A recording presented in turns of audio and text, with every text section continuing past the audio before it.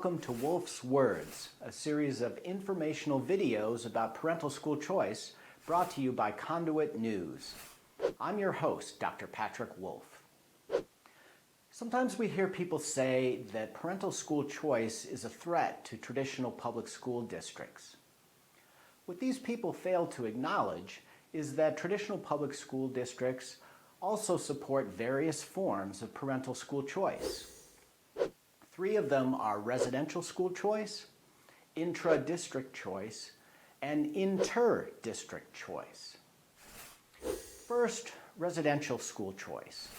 Because students traditionally are assigned to a public school based on where they live, families have long sought out residences in an area where they know their child will be assigned to a public school that they specifically want them to attend. Realtors have known this forever, and that's why when you are searching for a house or an apartment, the realtor with you will know exactly what schools your children will be zoned into. Although residential school choice has long been around and is exercised by about 18% of families, which would amount to 50,000 students in the state of Arkansas, this form of school choice has serious limitations. Specifically, families who don't have much wealth and families who have parents who have strict limitations on where they can live for vocational and job-related reasons have difficulty using residential school choice to find a good school for their children. As a result, most states, including Arkansas, offer other forms of school choice within traditional public schools. One is intra-district choice, generally in the form of magnet schools. We have 23 public magnet schools here in Arkansas, and about 15,000 Arkansas students attend them, which is about 3% of the school-age population in the state. The idea behind magnet schools is to develop very exciting and distinctive public schools within disadvantaged communities, such as those in the inner city or in the Delta region. And the hope is that these distinctive schools, be they STEM schools or art schools, will attract more advantaged students from other locations to come into those areas and be educated in a more integrated setting. That's the whole concept behind magnet schools, is attracting students from outside of the area to better integrate the schools. Some are more effective at achieving those integration goals than others, but magnets have been around for half a century and they continue to be a form of parental school choice here in Arkansas.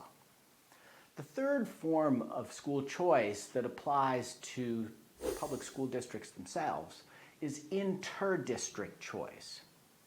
This is a situation where a family lives in one zone public school district and they're aware of a public school in a different district, usually an adjoining district, that would be a better fit for their child. They apply for a transfer from their school district and that assigned school to the school of choice in the adjoining school district, and if approved, their child can attend a public school outside the district.